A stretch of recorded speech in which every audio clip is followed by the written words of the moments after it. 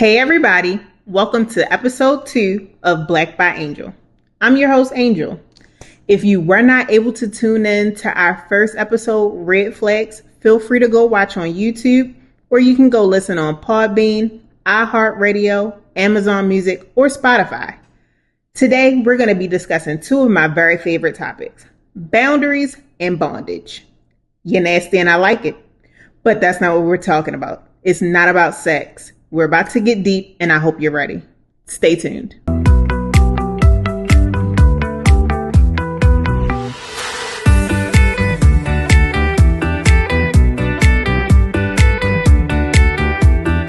Hey everybody, here we are.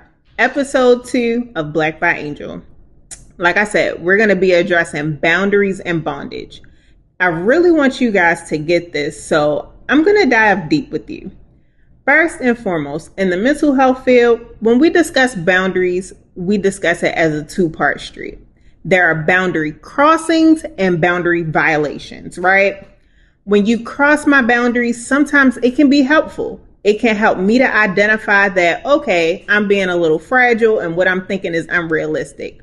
But it can also help me notify when things just aren't feeling right and why I feel like that, right?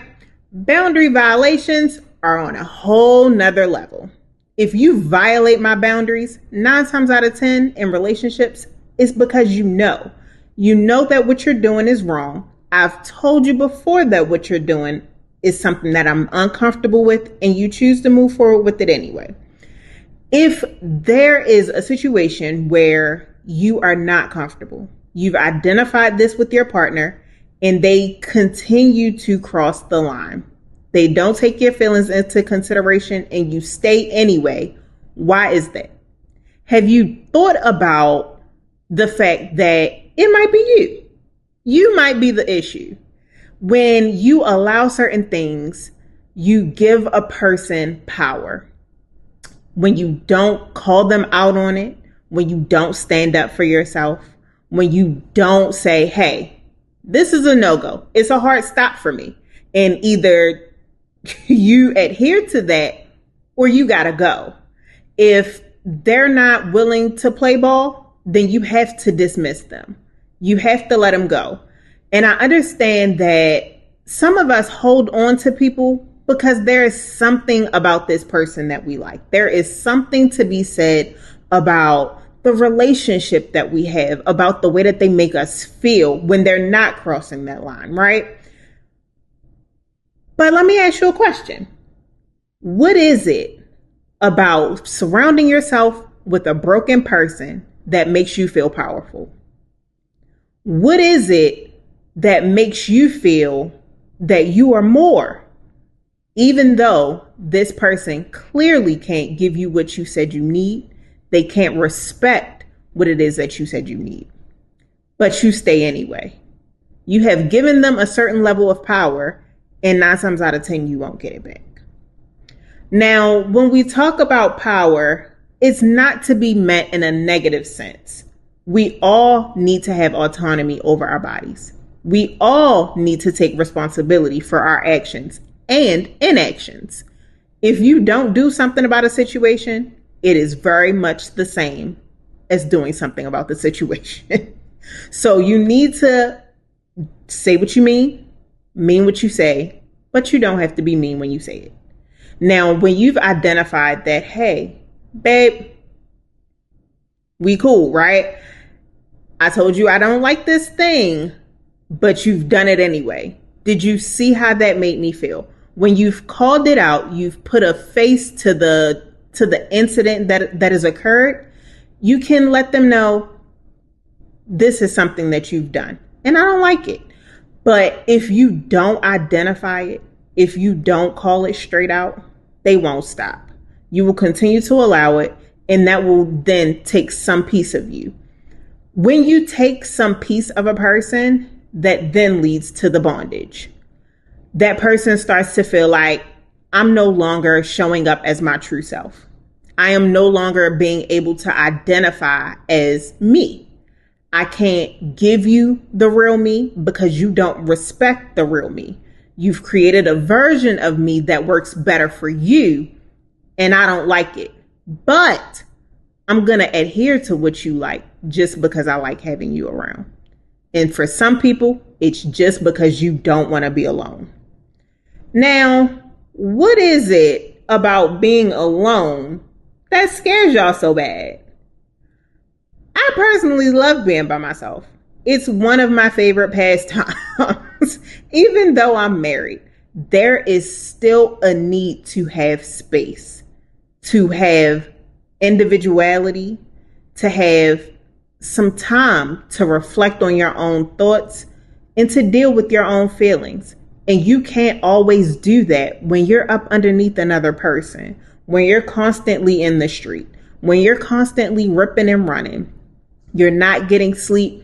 You're not assessing your feelings. You're not dealing with the trauma. You're just going day to day. This doesn't help you, and it certainly doesn't help your partner. Now, when you want someone to show up the best way that they can for you, you also have to show up as your best. You can't expect someone to just know what you need if you don't tell them.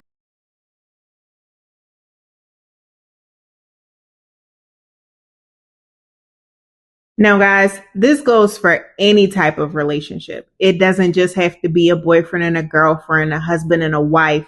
This can be your best friend. This can be your church home. We know churches violate boundaries.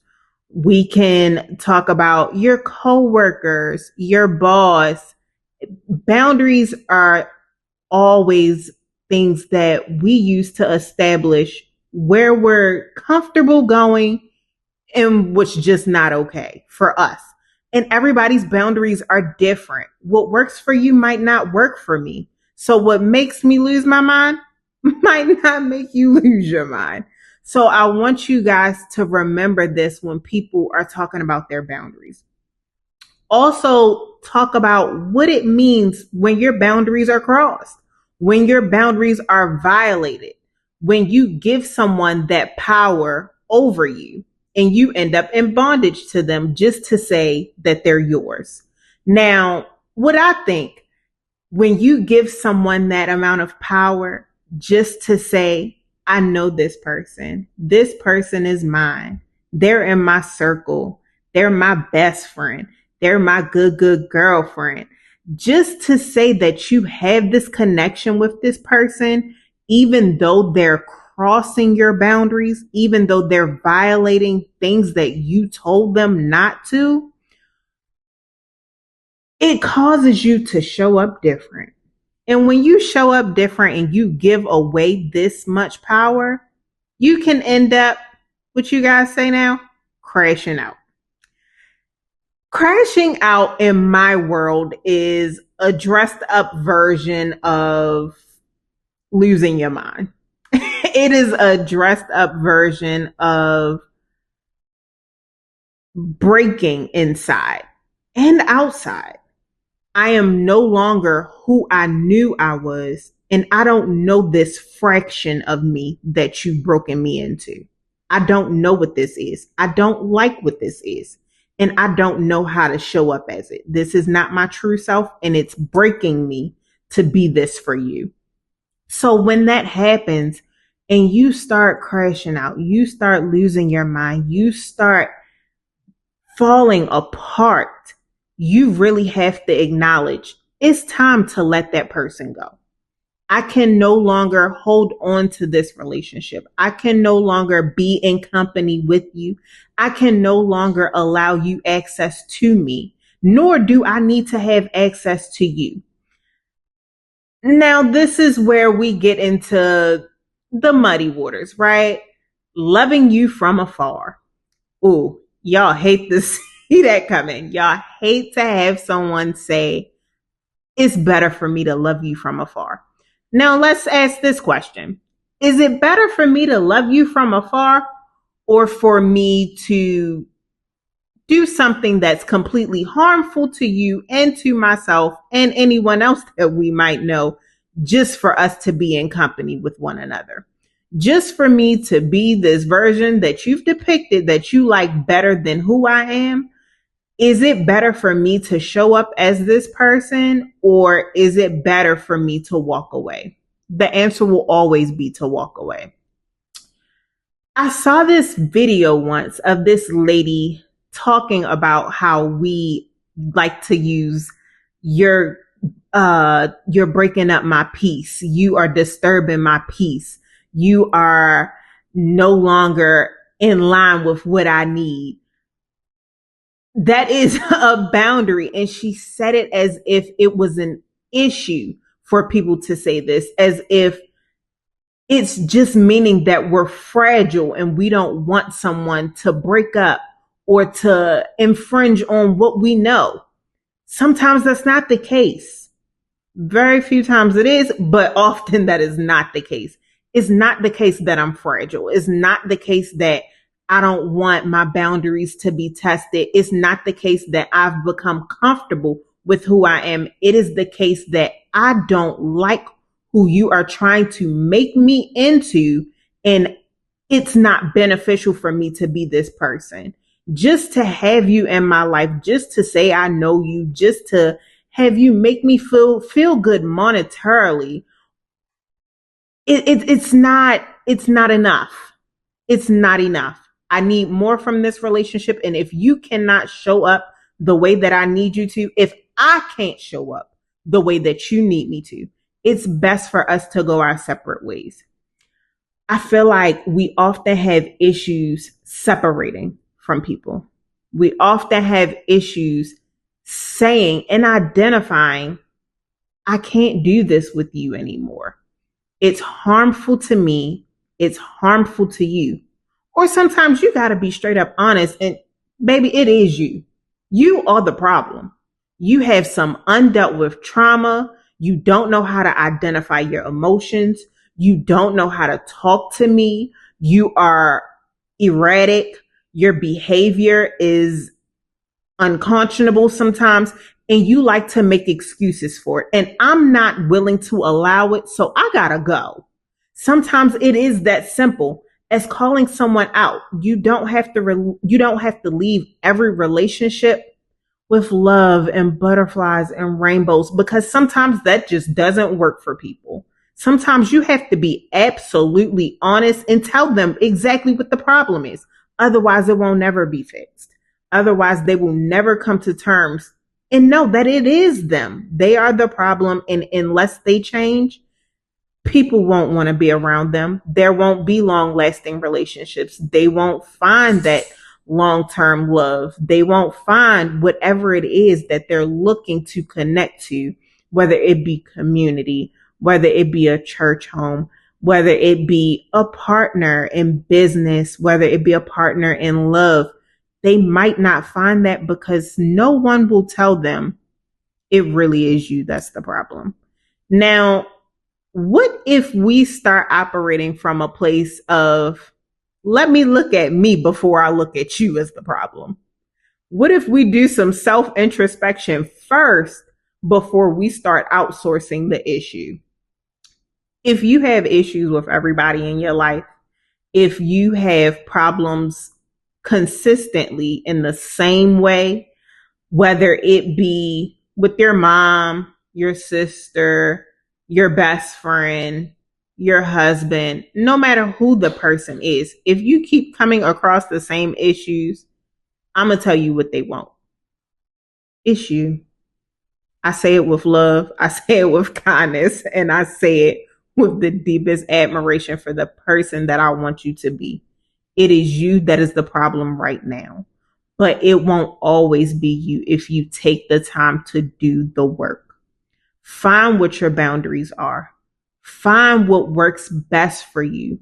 Find the people that make you feel valued, that let you know that you are loved, that they want you to show up as your authentic self, that you don't have to break yourself down to be enough, that the loud, outrageous, crazy you that you show up as, that is enough for them. They want that version of you. They want all of you. They don't want just pieces of you to better digest. You don't have to break yourself down just to be enough for people. You won't always be everybody's cup of tea, and I want you to be okay with that. Stop the people pleasing. Stop trying to make people love you. Stop trying to be what's best for everyone else. Be okay with being exactly who you are in the way that God created you, because we are all created in his image. Now, we need to work on the loving thy neighbor part. Even I have issues with this. I often ask God, are you sure? Are these the people that you want me to help? Because God, they need work.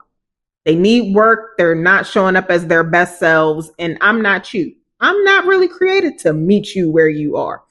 I'm kidding. I am. But some people are not. Some people have not yet found the grace and the favor of God for them to show up in a way of kindness and patience to meet you where you are, to allow you to work your stuff out.